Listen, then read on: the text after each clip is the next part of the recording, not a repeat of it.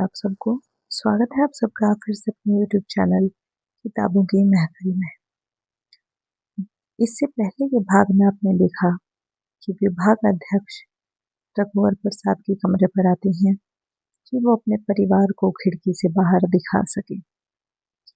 तभी सोनसी और रघुवर प्रसाद बात करते हैं नीलकंठ के बारे में, जो उसकी पत्नी बहुत तीव्र इच्छा से देखना चाहती है और वो देखने के लिए खिड़की से कूद जाती है। अब उन्हें नीलकंठ दिखा या नहीं जानते हैं। लखोली गांव चलूं? वहां बहुत नीलकंठ है। पहले अस्पताल चलो, फिर लखोली चले चलेंगे। पत्नी रघुवर प्रसाद के कंधे पर सिर रखे आंखें मूंदे थी। सो गई? अच्छा नहीं लग रहा। नहीं सो रही हूँ, दिखेगा तो मुझे बता देना। फिर उसने रिक्शा वाले से कहा, रिक्शा वाले, रास्ते में नीलकंठ दिखे तो इनको बता देना। जब जब वह आंख मूंदती थी तो कहती थी कि देखते रहना और देखते ही बताना, देर करोगे तो उड़ जाएगा। उड़ जाएगा तो उड़कर जाते हुए दिख जाएगा। रिक्शे वाले से उसके पीछे पीछे चलने के लिए कहेंगे। नीलकंठ के पीछे पीछे रिक्शा वाले को कहाँ तक ले जाया जा सकेगा?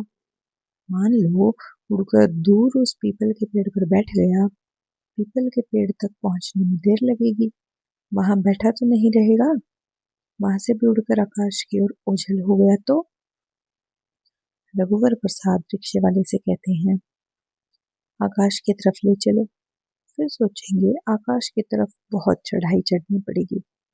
तब वे रिक्शे वाले से कहेंगे, तुम रहने दो, यही हमारा रास्ता देखना, मैं रिक्शा ले जाता हूँ। अपनी पत्नी को रिक्शा चलाते हुए वे आकाश की ओर ले जाएंगे। पैडल मारेंगे और ऊंचे चढ़ जाएंगे। ऊपर बादल के टुकड़े रिक्शे पर लद जाएंगे। बादल का कोई वजन नहीं होता। किसी बादल में लोगों को न दिखने के लिए दशहरे के दिन नीलकंठ बैठा हुआ दिख जाएगा। पत्नी को दिखाएंगे, सोनसी देखो, नीलकंठ पेड़ पर दिख जाएगा, इसलिए यहाँ भूरे बादल पर आकर बैठ गया। तुम भी देखो। यह भी हो सकता था कि नीलकंठ देखने की उत्कट इच्छा और उसके न दिखने से उब जाएगा। उड़ते हुए सामने आए कि दोनों एक साथ उसे देख लें, फिर चला जाए। जाने के बाद भी नीलकंठ को जरूर लगेगा कि दोनों ने उसे देखा है या नहीं। शायद किसी एक ने देखा हो तो वह दोबारा आए, सामने सामने अपने नीले पंख फैलाए उड़ता रहे। फिर दोनों कहेंगे, हमने तुमको देख लिया।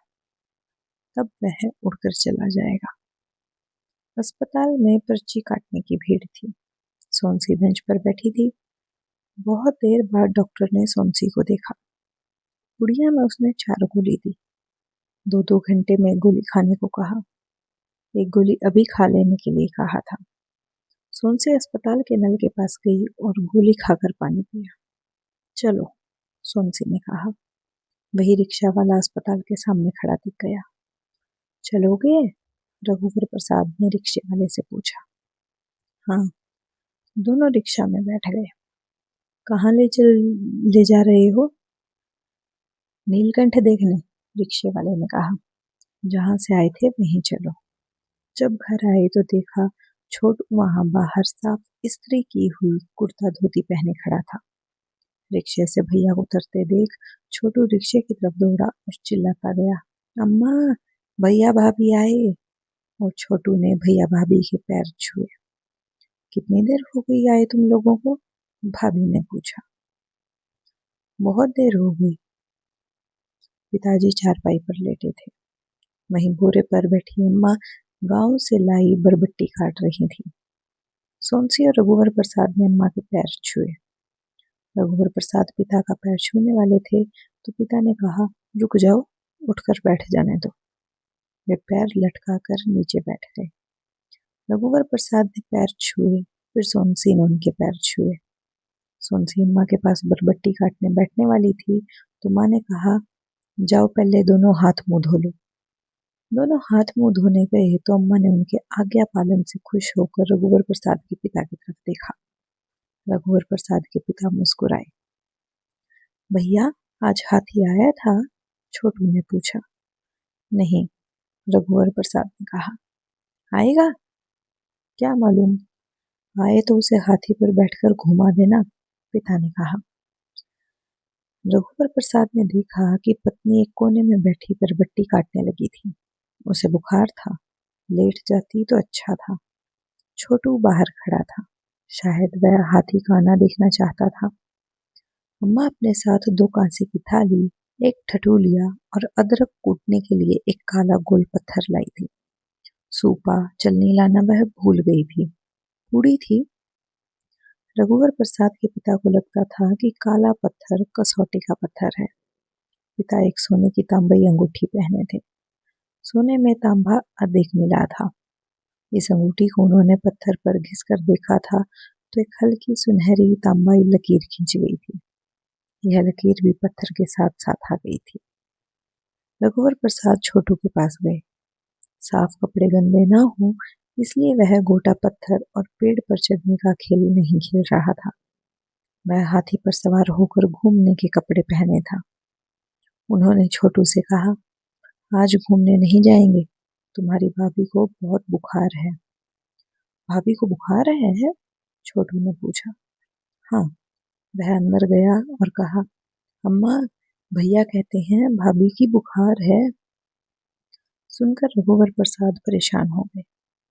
होता यह है कि छोटू पहले कहता घूमने नहीं जाएंगे, तब अम्मा पूछती क्या हाथी नहीं आएगा? शायद ना आए, दशहरे का दिन है। पिता कहते हाथी आएगा तो भी सब लोग कैसे जाएंगे, भाभी को तो बुखार है। छोटू कहता इस तरह बात होती तो अच्छा होता। रघुवर प्रसाद झेप गए कि अम्मा पिता क्या सोचेंगे। अम्मा ने सोनसी से पूछा, बहू तुमको बुखार है? सोनसी ने बरबट्टी काटते सिर हिलाकर कहा, नहीं। अम्मा उठकर सोनसी के पास गई, माथा छुआ, है तो बहुत बुखार है। सुनकर पिता उठकर बैठ गए। सोनसी की आंख छलछला आई थी, शायद उसे मायके की याद आई हो। अम्मा ने उसके सिर को छाती से चिपका लिया। चल लेटे जा, डॉक्टर को दिखाया था?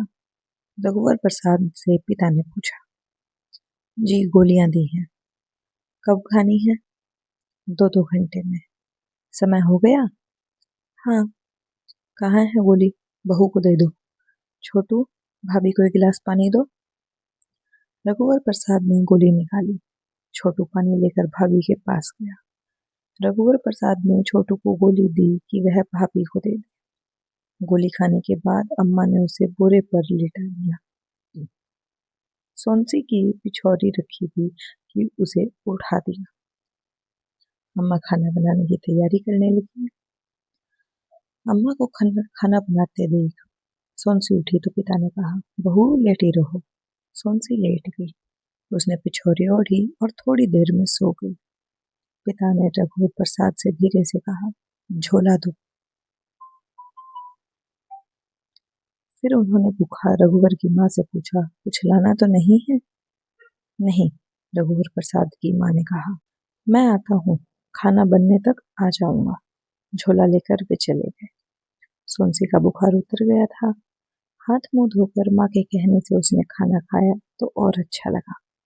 छोटू कुर्ता धोती को लगातार गंदा होने से बचाए हुए मन ही मन हाथी का रास्ता देख रहा था कि आ जाए। कोई नहीं जाएगा तो वह अकेला हाथी पर बैठकर घूमाएगा। सोनसी को अच्छा लगा तो वह घर का काम करने लगेगी। जहाँ सोनसी लेटी हुई थी वहीं रघुवर प्रसाद जाकर लेट गए। छोटू, बाहर से पिता आवाज दे रहे थे, देख हाथी आ रहा है क्या? छोटू दौड़ता हुआ बाहर आया। हाथी आ रहा था। अम्मा, रघुवर प्रसाद भी बाहर आ गए। पिता कमरे के अंदर आए और झोला रखकर बोले, बहू, मुर्रा लाया हूँ, तुम लोग खा लेना। पिता भी बाहर आ गए। साधु बिना हाथी को बैठाए हाथी के ऊपर से उतर गया। ऊबड़ खाबड़ पत्थरों के आजू बाजू पैर जमाते हुए पहाड़ से उतरते हैं। हाथी पर 2 कदम इधर उधर रखकर वह नीचे उतर आया था। उतरते ही कंधे से अंगूछे को झटका कर उसने फिर कंधे पर जमा लिया। वह धोती को ढीले लपेटे हुए और पीला कुर्ता पहने हुए था। कुर्ता का रंग फीका पड़ गया था। कपड़े साफ थे और इस्त्री किए हुए थे। दशहरे का दिन था, शायद इसलिए छोटू बहुत उत्साही था। रावण भाटा चलोगे? साधु ने रघुवर प्रसाद से पूछा। वहां बहुत भीड़ होगी, हाथी के गले में घंटी नहीं है, लोगों को मालूम कैसे पड़ेगा कि हाथी आ रहा है? रघुवर प्रसाद ने कहा। हाथी का आना बहुत दूर से दिख जाता है, इसे देखने की खबर हो जाती है और दूसरों को मालूम पड़ जाता है। फिर भी, रघुवर प्रसाद ने कहा। चलिए, कुछ नहीं होता, छोटू भी जाएगा, पिता ने कहा। बहू भी जाएगी, रघुवर प्रसाद की माँ ने कहा। वह अंदर गई। बहू, जल्दी तैयार हो जा, हाथी पर घूमा। सोनसी ने जल्दी जल्दी हाथ मुंह धोया। बहू, अभी तो दो साड़ी नहीं रखी होगी? हाँ अम्मा, सोनसी ने धीरे से कहा। लाल साड़ी पहन लेना। हाँ अम्मा। अम्मा ने खटिया से तहाया हुआ बिस्तर उठाकर नीचे जमीन पर बिछे बोरे पर रख दिया। दरी उठाई और खटिया को खड़ी किया। दरी को अम्मा ने खटिया पर टांग दिया। खटिया की आड़ में साड़ी बदल लेना।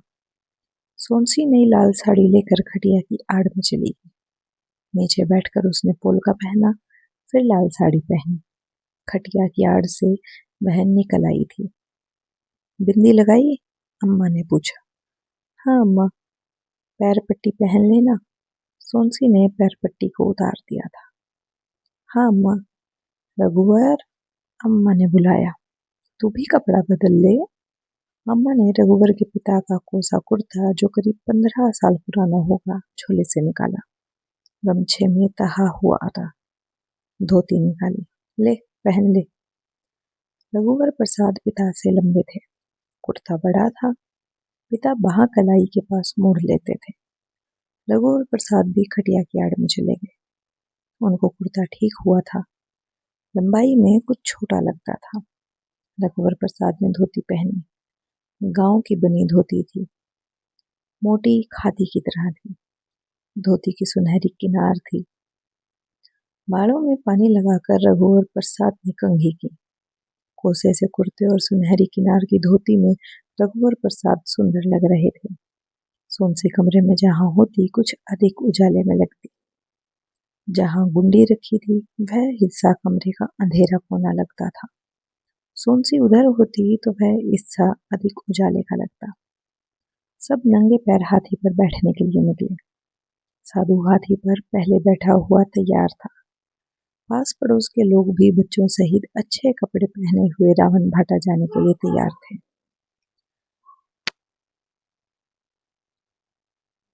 जा रहे लोग थोड़ी देर के लिए हाथी के पास रुक जाते। जा रहे रंग बिरंगे साड़ी कपड़े पहने औरतें, लड़कियों, आदमियों, बच्चों के झुंड थे।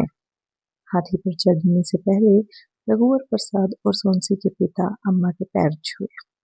जब रघुवर प्रसाद हाथी पर चढ़ने लगे तो सब खड़े होकर उन्हें देख रहे थे। फिर रघुवर प्रसाद की पत्नी, इसके बाद छोटू चढ़ा। साधु ठीक से बैठने में सबकी सहायता कर रहा था।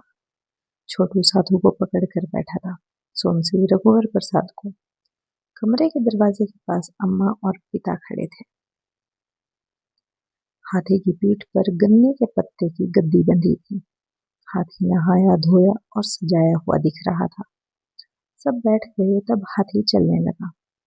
रावण भाटा की ओर जाती दो औरतों ने हाथ जोड़कर रघुवर प्रसाद, सोनसी और छोटू की झांकी को प्रणाम किया। तब हाथी आगे बढ़ा तो अम्मा ने कहा, कितनी अच्छी जोड़ी है, छोटू लक्ष्मण लगता है। पिता ने कुछ नहीं कहा। आगे दाहिने हाथ की तरफ अमराई थी। साधु हाथी को उधर ले गया। थोड़ी दूर बाद हो रहे अंधेरे में धुंधला रावण दिखा। अंधेरा होते ही रावण पटाखों के साथ जल उठा।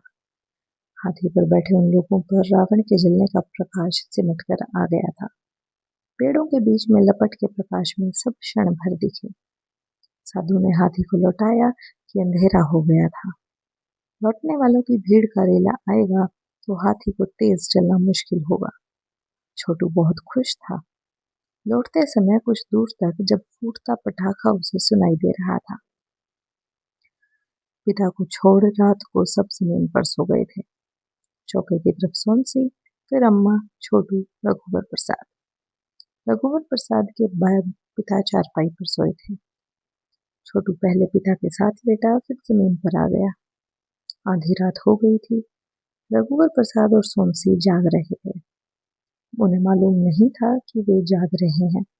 सोमसी को मालूम था कि उसे नींद नहीं आ रही। रघुवर प्रसाद धीरे से उठे और खिड़की के पास जाकर खड़े हो गए। उनका मन किया कि वे खिड़की से कूद जाएं। वे कूदने को थे, तभी सोमसी उनके पास आकर खड़ी हो गई। वो बिना आवाज किए कूदे। सोमसी जब कूदने को हुई तो उन्होंने फुसफुसा कर कहा, तुम धीरे नहीं कूद पाओगी, तुम मेरी पीठ पर लद जाना। रघुवर प्रसाद खिड़की की तरफ पीठ करके खड़े हो गए। सोमसी खिड़की की चौखट पर पैर लटकाकर बैठ गई। मैं धीरे से कूद जाती हूँ। नहीं, रघुवर प्रसाद ने कहा। तब सोमसी रघुवर प्रसाद के गले में हाथ डालकर लटक गई। पीठ पर सोमसी को लादे रघुवर प्रसाद घूमे।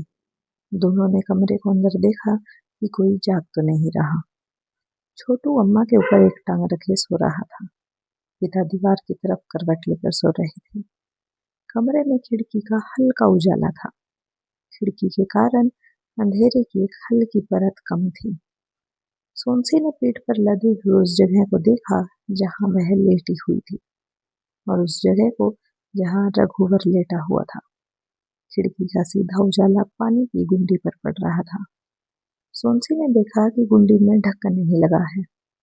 छोटू ने पानी निकाला होगा और ढक्कन लगाना भूल गया।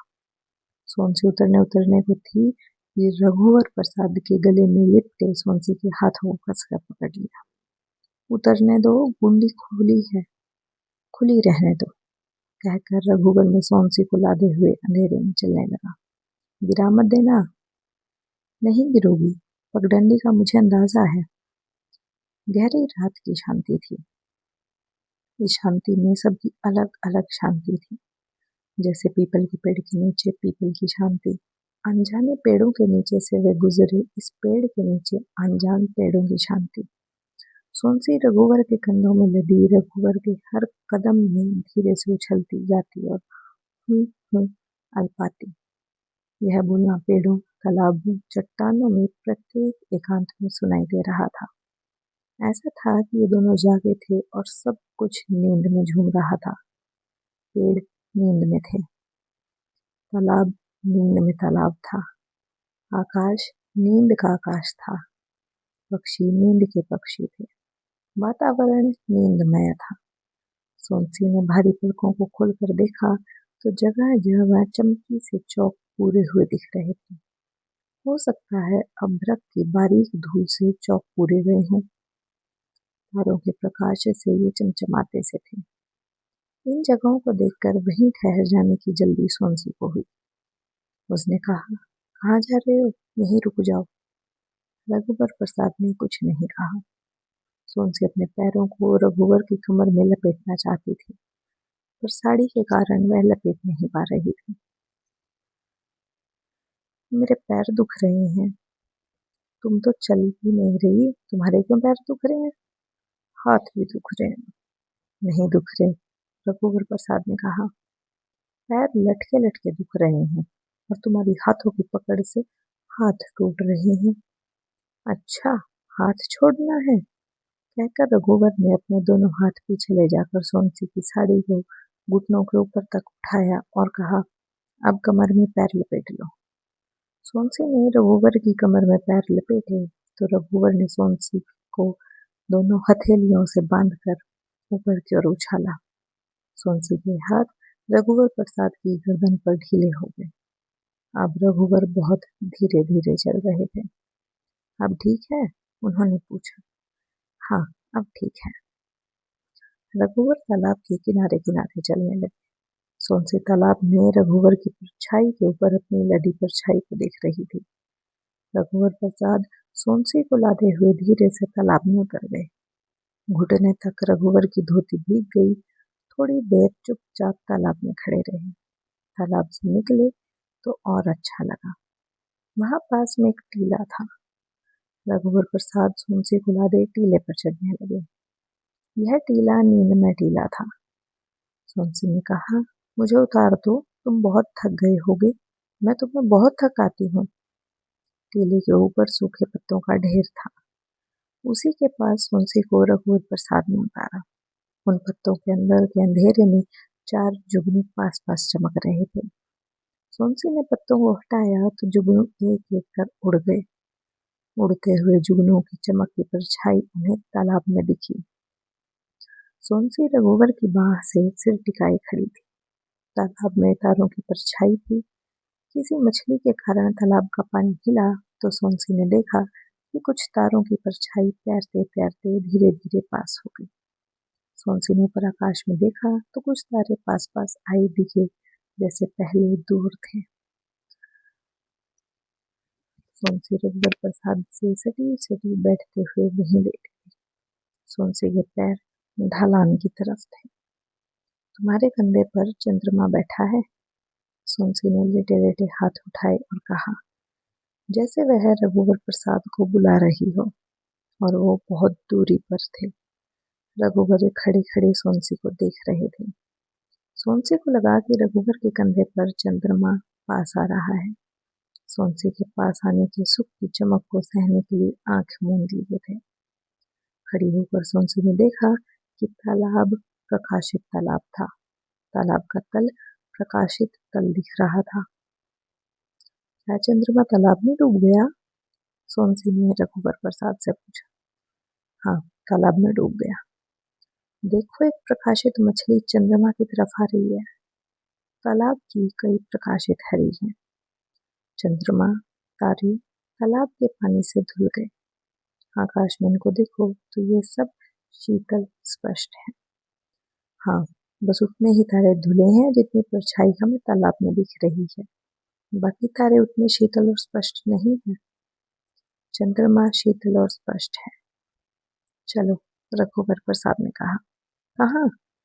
प्रकाशित जल में डूबे हुए चंद्रमा के पास नहाएंगे।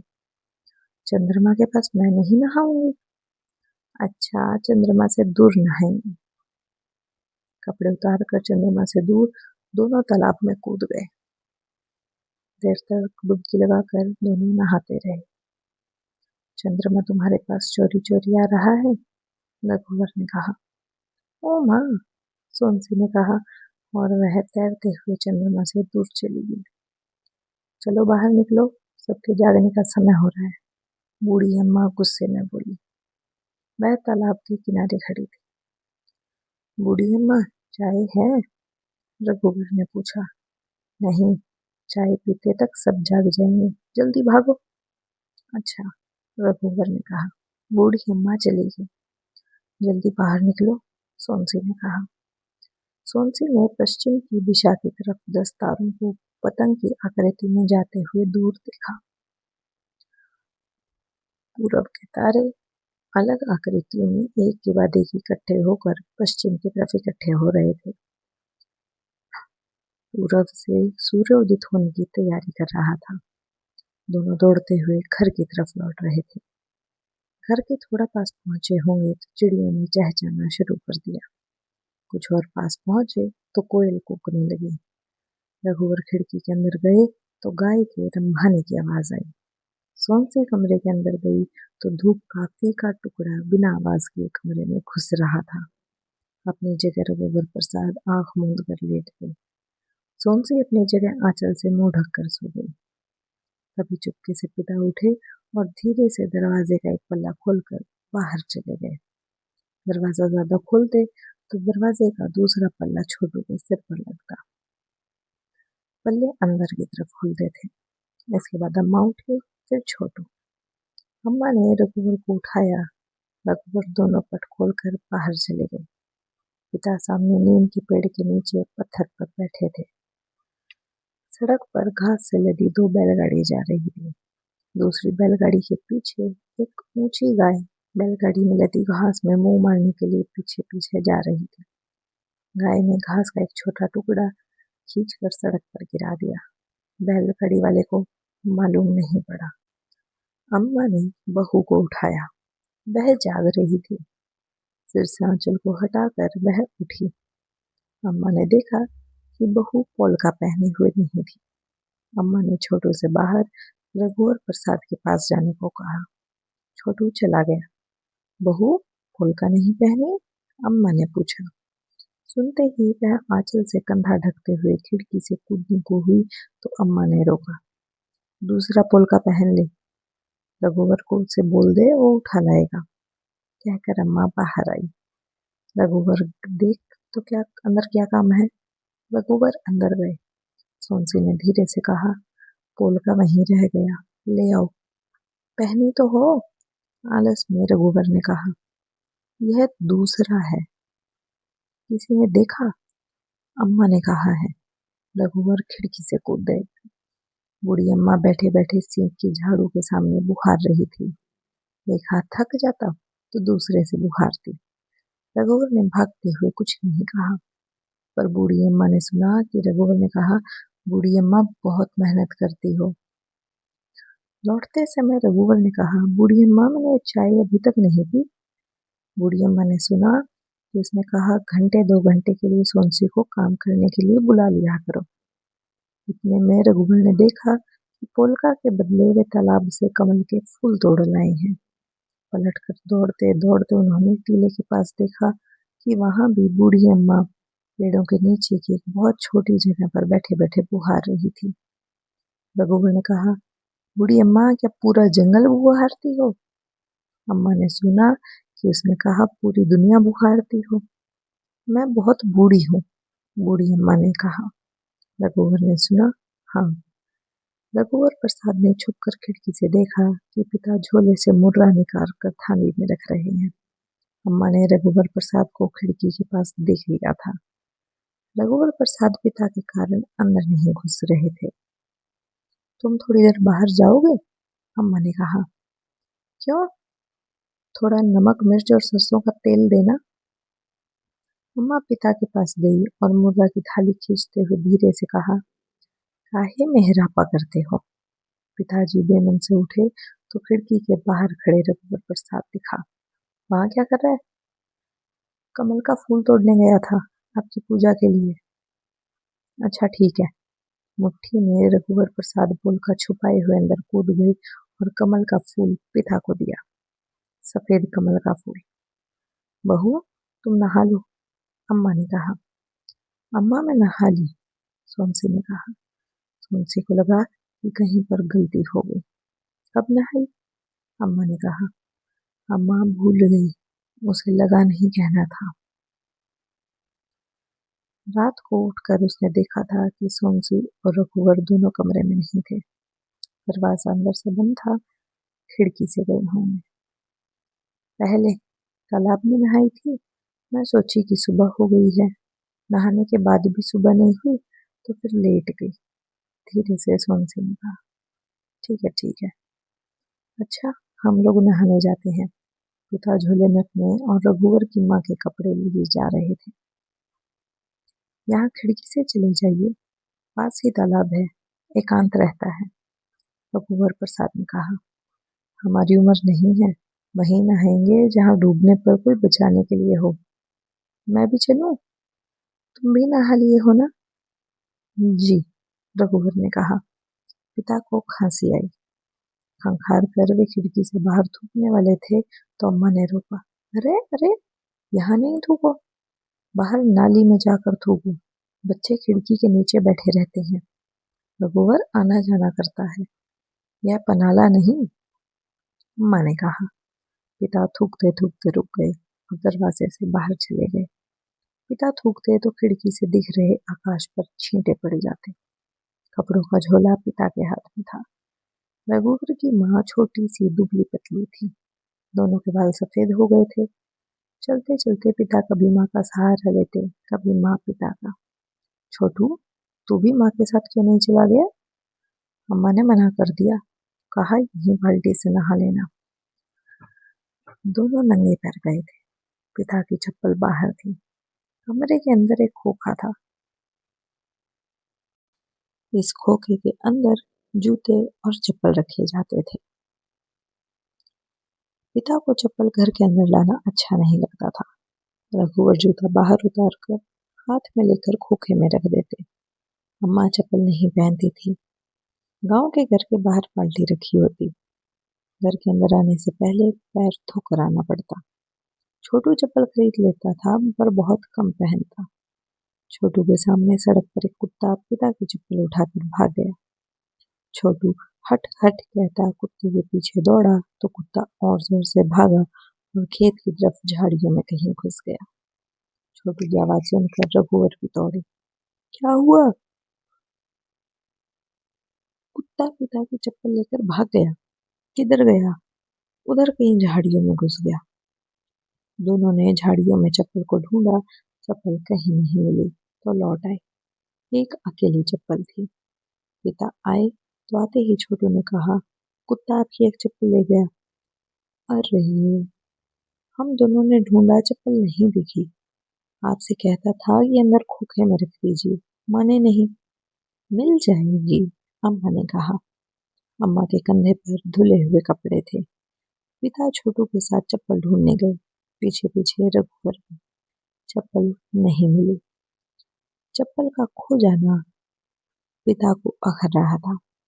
फिर भी उन्होंने रघुवर की माँ से कहा, 6 महीने हो गए, बहुत पहन ली। जवाब में रघुवर की माँ कहना चाहती थी, 6 महीने नहीं, 2 हुए हैं, पर नहीं कहा। दोपहर को अम्मा पड़ोस में चली गई। पिता खाली झोला लेकर चले गए। पिता जब भी बाहर निकलते थे तो खाली झोला लेकर निकलते। उन्हें लगता था कि बहुत ज़रूरत की चीज़ बहुत सस्ते में कभी भी अचानक दिख जाएगी तो खरीद कर रखने के लिए झोला होना चाहिए। झोला नहीं भूलते थे, पैसे भूल जाते। जब पैसे नहीं होते तो याद आने पर भी नहीं रखते। कैसे रखते? ऐसे में झोला साथ में रखने का क्या मतलब? उनका यह मतलब तो नहीं था कि ज़रूरत की चीज़ झोले में ले आएंगे और पैसे बाद में ले आएंगे। उन्हें लगता था कि उधार लेने का समय अब निकल चुका है। जब चुकता करने का समय निकल जाता है तो उधार लेने का समय भी चला जाता है। कितनी चीज़ें होती हैं पर ये जान जाते हैं कि हमारे लिए नहीं। छोटा सा बच्चा जान जाता है। छोटू जान गया था। देख लेने से वस्तुओं को पा जाने का सुख मिल जाता तो कितना अच्छा होता। मिठाई को देखते ही खाने का सुख। ऐसा होता तो दिखाने के लिए थोड़ी चीज़ें होती और सबकी ज़रूरत पूरी हो जाती। अनजानी खुशी सोच समझ कर हुए दुख भी दूर करती।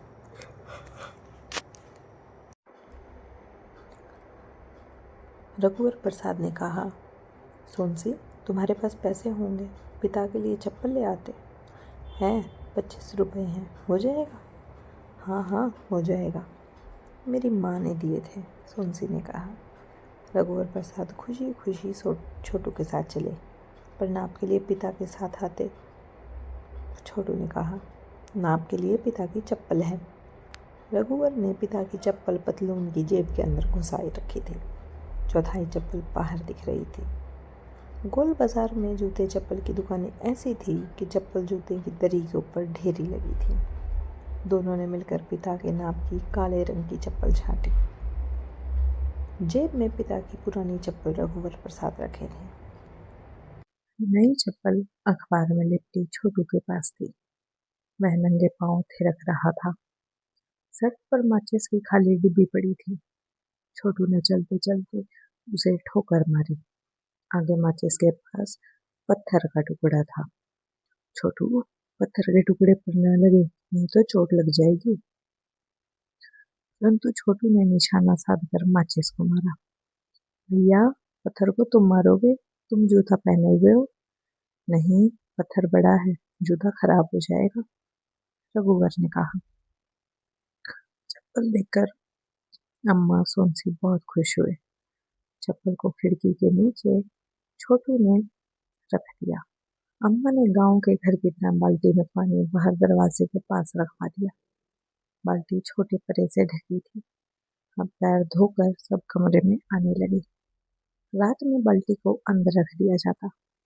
पिता झोले को कंधे पर रखकर पैर धोकर आए। पिता का ध्यान चप्पल की तरफ नहीं जा रहा। सोनसी से रहा नहीं गया। वह चप्पल उठाई और सामने पिता के पैर के पास रख दी। अरे, किसकी चप्पल है? पिता ने पूछा, फिर गुस्सा हुए। नाप के लिए मैं जाता तो ठीक था, छोटी दिख रही है। नाप के लिए आपकी एक बची चप्पल लेकर गए थे। रघुवर ने कहा। अच्छा, कहकर पिता मुस्कुराए। उन्हें चप्पल बिल्कुल ठीक आई। वे चप्पल पहने कमरे में घूमते खड़े रहे। बाहर से थके आए थे। अम्मा ने कहा, खटिया पर बैठकर सुस्ता लो। थका नहीं हूँ, पिता ने कहा। लेटना मत, चप्पल पहने बैठे रहना, अम्मा ने कहा। रघुवर की माँ की सलाह को पिता ने मान लिया। वे चारपाई पर बैठ गए। चप्पल पहने हुए उनके पैर अच्छे लग रहे थे। इतने में रघुवर की माँ पास आकर बैठी और चप्पल को देखते हुए पूछी, अच्छी है? हाँ। तभी उन दोनों का मन खिड़की से उस पार जाने को हुआ। चलो, चप्पल उतार कर पिता ने कहा। सहारा देने के लिए रघुवर खिड़की के पास दूसरी तरफ चला गया। पिता स्टूल के सहारे खिड़की की चौखट पर बाहर पैर लटका कर बैठ गए। रघुवर ने उन्हें नीचे उतार लिया। स्टूल पर बैठकर अम्मा चढ़ी तो सोनसी ने सहारा दिया। रघुवर ने माँ को संभाल कर नीचे उतार लिया। वहां उतने में ही इतना अच्छा कि पिता आगे चल पड़े। पीछे पीछे माँ थी। रघु, तुम नहीं चलोगे? पिता ने पूछा। रघु नहीं जा रहा, उसकी माँ ने कहा। पिता ने मुड़कर देखा तो रघुवर सोनसी खिड़की पर खड़े थे। सोनसी से ढांके हुए थी। वह रघुवर का दाहिना हाथ अपने दोनों हाथों से पकड़ी हुई। पिता मुड़े थे तब भी सोनसी और रघुवर उसी तरह खड़े रहे। रघुवर को भी ध्यान न रहा। पिता ने कहा, पीछे तो देखो। रघु की माँ ने मुड़कर देखा और कहा, देख लिया। आगे जाकर पिता ने पूछा, छोटू कहाँ है? कहीं खेलने गया होगा, अभी तक नहीं आया। वह भी आ जाता, रघु के साथ आ जाएगा। तुम झोला नहीं लाए? मैं भूल गया। अरे, यहाँ क्या मिलेगा? मकोई, बेर, कांदा कुछ तो मिलेगा। कुछ नहीं मिलेगा तो तालाब से झोला धोकर ले आएंगे। इस पगडंडी से चलो, दूर बरगद का पेड़ दिख रहा है। रास्ते में एक बड़ा बंदर एक पेड़ से उतरकर दूसरे पेड़ पर चढ़ गया। धुआं उठ रहा है उधर, पिता ने कहा। बूढ़ी अम्मा रात के खाने की तैयारी कर रही होगी। अभी तो सूरज भी नहीं ढला। उजाले उजाले काम करने में अच्छा रहता है। हाँ। बूढ़ी अम्मा की झोंपड़ी दिखी। जब वे वहां पहुंचे तो एक बंदरिया पेट में बच्चा चिपकाए अचानक कूदते हुए बरगद के पेड़ पर चढ़ गई। अभी डूबते सूर्य का प्रकाश हो रहा था। इधर सूर्य इस तरह डूबा था जैसे पश्चिम की जगह है। पूरा पश्चिम डूबते सूर्य से हल्का लाल प्रकाशित हो रहा था। डूबते सूर्य का प्रकाश इतना था कि सूर्य यहीं कहीं पास में डूब रहा था और उसका डूबना बहुत देर से डूबना था। सूर्य का इतना डूबना ठहरा हुआ डूबना था।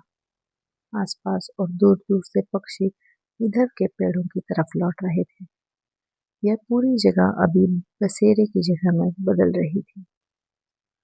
यहाँ जीवन इतना अच्छा लग रहा है कि लगता है बहुत जी गए और मृत्यु यहाँ से बहुत समीप हो, पिता ने कहा।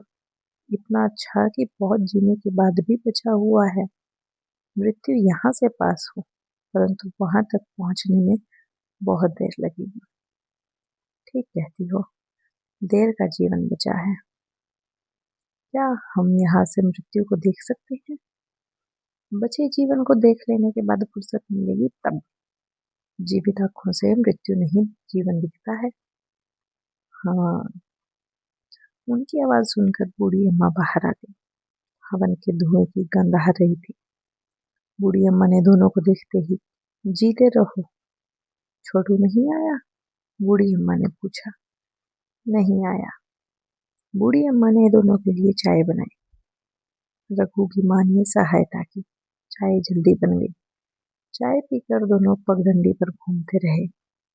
थोड़ी दूर तक उनके आगे आगे एक बंदर पूंछ उठाए दौड़ रहा था, फिर कहीं चला गया। वे दोनों डूबते सूर्य के पश्चिमी केंद्र में थे, इसलिए उजाले में थे। उसी उजाले में दोनों जा रहे थे। उसके बाहर उजाला कम हो गया था। एक तालाब में लाल कमल था। एक छोटे तालाब में सफेद कमल थे। पिता छोटे तालाब के अंदर घुसे और दो कमल के फूल तोड़े। तुम भी तोड़ लो। नहीं नहीं, मुझसे नहीं बनेगा। इसे तोड़ो, ये पास है। रघु की मां अंदर घुसी और उसने भी एक फूल तोड़ा। दोनों टीले पर चढ़ गए। पत्तों के ढेर के पास रघु की माँ को सोमसी की एक पैर पट्टी मिली। दोनों लौटने लगे। रास्ते में एक बड़े पेड़ के नीचे चौड़े पंखुड़ियों वाले सफेद फूल पड़े थे। पेड़ फूलों से लदा था। पिता को फिर झोले की याद आई। झोला होता तो फूल भर लेते। याद दिलाई तो थी। याद करने के बाद फिर भूल गए। रघुवर की माँ के मन में आया